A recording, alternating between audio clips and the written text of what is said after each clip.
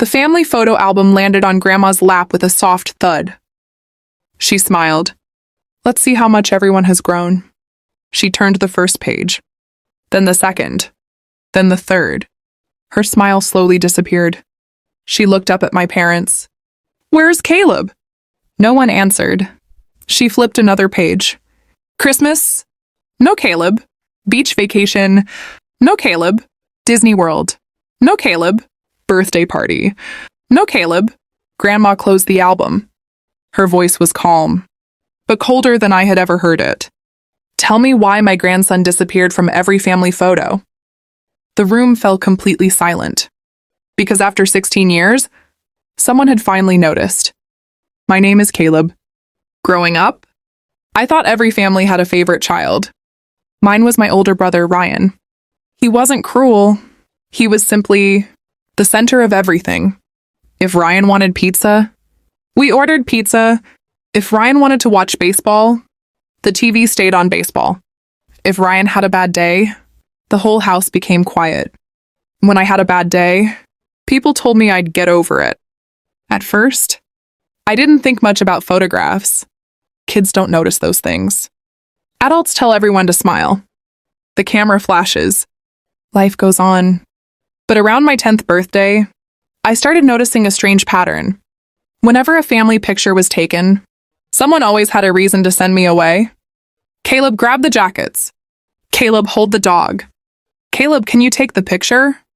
By the time I came back, the picture was already taken. Every single time. The first time I questioned Mom, she laughed. Oh, honey, it's just one picture. Then she kissed my forehead and walked away. But one picture became another and another until I stopped asking. Dad never said much. He simply stood wherever Mom told him. Smile, click, done. Ryan never noticed. Or maybe he never looked. The only person who seemed to notice anything was Grandma Evelyn. Every birthday, she asked the same question. Where's my other handsome grandson? Mom always smiled. Oh, he was outside. Or he didn't want to join. Or he was taking the picture. The excuses changed. The result never did. By the time I turned 16, our hallway was covered with framed family photos. Vacation photos, holiday photos, graduation photos, Christmas mornings, birthdays, barbecues. In every frame, there were 3 people. Mom, Dad, Ryan. If a stranger walked into our house, they would never know another child had ever lived there. Sometimes, I'd stand in that hallway, looking at those walls, wondering if I had imagined my own childhood. One evening, I quietly counted them. 37 framed family photos. I appeared in exactly 2. One was taken before Ryan was born. The other was my kindergarten school picture, not a family photo at all. That night, I made myself a promise. I stopped trying to fit into pictures where no one wanted me. I had no idea. Grandma was about to discover the truth herself. And when she did, everything my parents had hidden for years would finally come into the light. The following Sunday, Grandma Evelyn celebrated her 80th birthday. The entire family gathered at my parents' house. The living room was full of laughter. Cousins, uncles, aunts, neighbors. Everyone was there. Everyone except the truth. After lunch, Grandma smiled. I have a birthday wish. Mom laughed. Anything, Mom. Grandma pointed toward the bookshelf. I want to look through the family photo albums. Mom froze. Only for a second. Then she forced a smile. Of course. She handed Grandma 3 thick albums. Everyone gathered around the coffee table. Grandma adjusted her glasses. This will be fun. She opened the first album. Christmas, Ryan opening presents, Mom beside the tree, Dad laughing. No Caleb. She turned another page. Summer vacation. Ryan building a sandcastle, Mom holding an umbrella. Dad grilling hamburgers. No Caleb. She frowned. Maybe the next album, vacation after vacation, birthday after birthday, Thanksgiving, Halloween, Disney World, camping, school awards. Every picture, the same 3 faces. Finally, Grandma looked up. Brenda, Mom smiled nervously. Yes? Grandma asked quietly. Where's Caleb? The room became silent. Mom laughed. Oh, he never liked pictures. I stared at the floor. That wasn't true. Not even close. Grandma looked at me. Is that true, sweetheart? For a moment, everyone waited for my answer. I wanted to protect the peace, like I always had. But after years of silence, I simply shook my head. No. One word. That was all it took. Grandma slowly closed the album. The sound echoed through the room. She looked directly at my parents. If he liked pictures, then why isn't he in your family's memories? Nobody answered. My father looked at the carpet. Ryan stared at the wall. Mom's smile disappeared. Then Grandma did something none of us expected. She stood up, walked into the hallway, and began taking framed family photos off the wall. One after another, she stacked them on the dining table. 37 frames. She counted each one. Then she turned toward the family. There isn't a single accident here. This, she said, her voice shaking, was a choice. Aunt Lisa covered her mouth. Uncle David looked at Dad in disbelief. Even Ryan looked confused. What is she talking about? Grandma picked up one frame. The Christmas picture. She turned it over. Written on the back, in my mother's handwriting, were 6 words. Perfect family photo. Everyone looks happy. Grandma stared at the words. Then she looked around the room. Perfect family? She pointed at me. Then who is this boy? Nobody could answer. Because for the first time, the whole family realized I hadn't disappeared from the photos. I had been erased. The living room was completely silent. No one moved. Grandma Evelyn looked at the 37 framed photos, spread across the dining table. Then she quietly asked, Brenda, where are Caleb's pictures? Mom folded her arms. I'm sure we have some. Grandma looked her straight in the eye. Then go get them. Mom hesitated. Dad finally spoke. They're probably in the attic. Grandma nodded. Then let's look. Before Mom could object, Grandma started walking toward the attic stairs. I followed. So did everyone else. The attic smelled like old cardboard and dust. Dad pulled a string. A single light bulb flickered on. Boxes lined every wall. Christmas decorations. Old furniture. Baby clothes. Family memories. Or at least, that's what I thought. Mom quickly walked toward one corner. I'll find them. Grandma stopped her. No. We'll find them together. For the next 20 minutes, everyone searched. Nothing. Not one family album with me. Not one frame picture. Nothing. Then Aunt Lisa noticed something. What's this?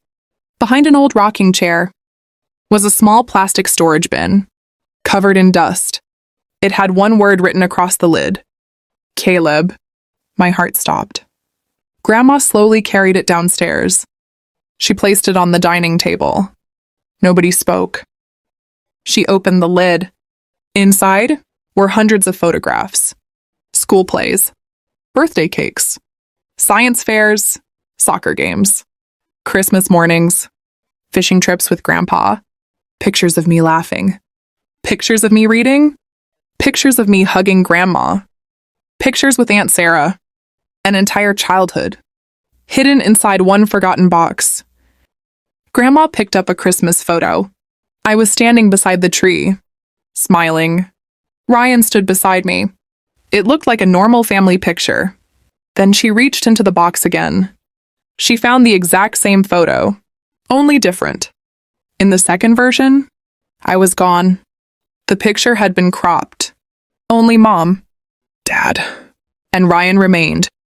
The room fell silent. Grandma compared them.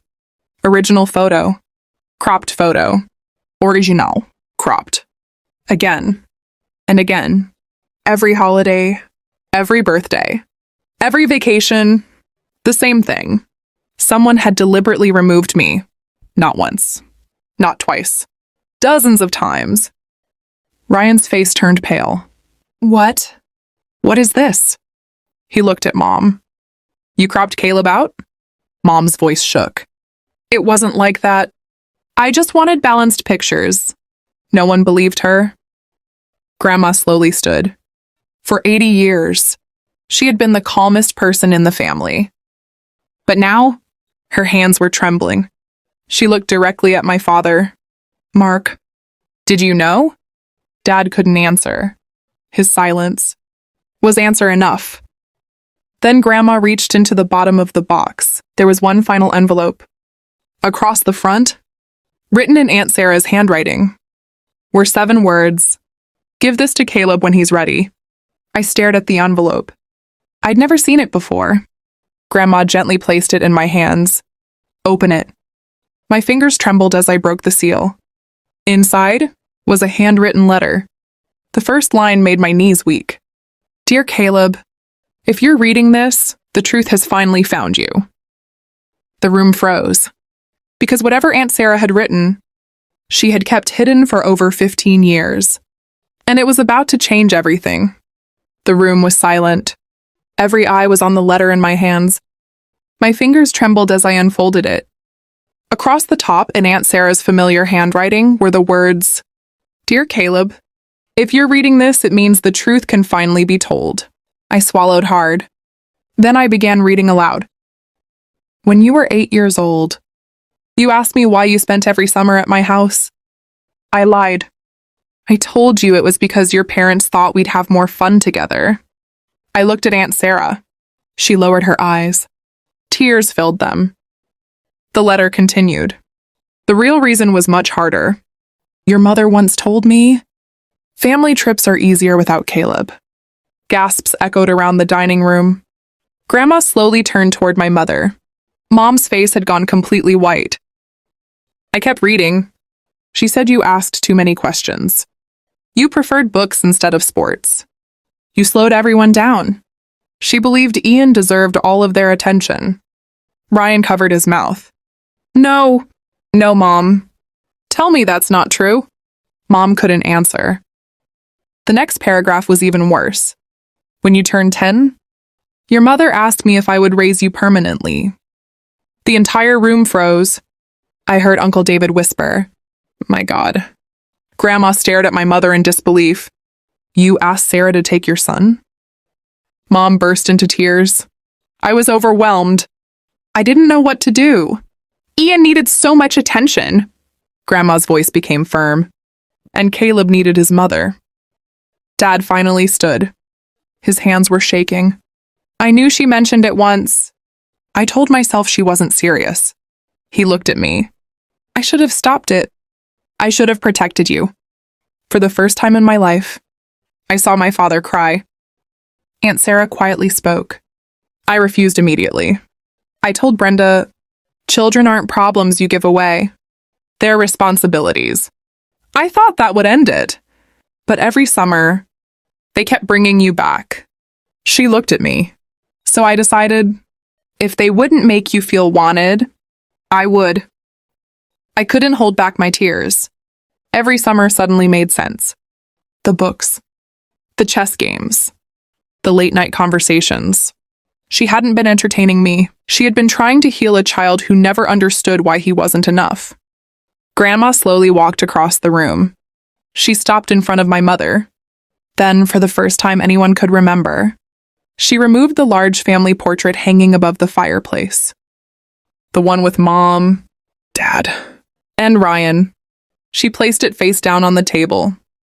Then she picked up one of the original photos from the attic. The one that included me. She looked around the room.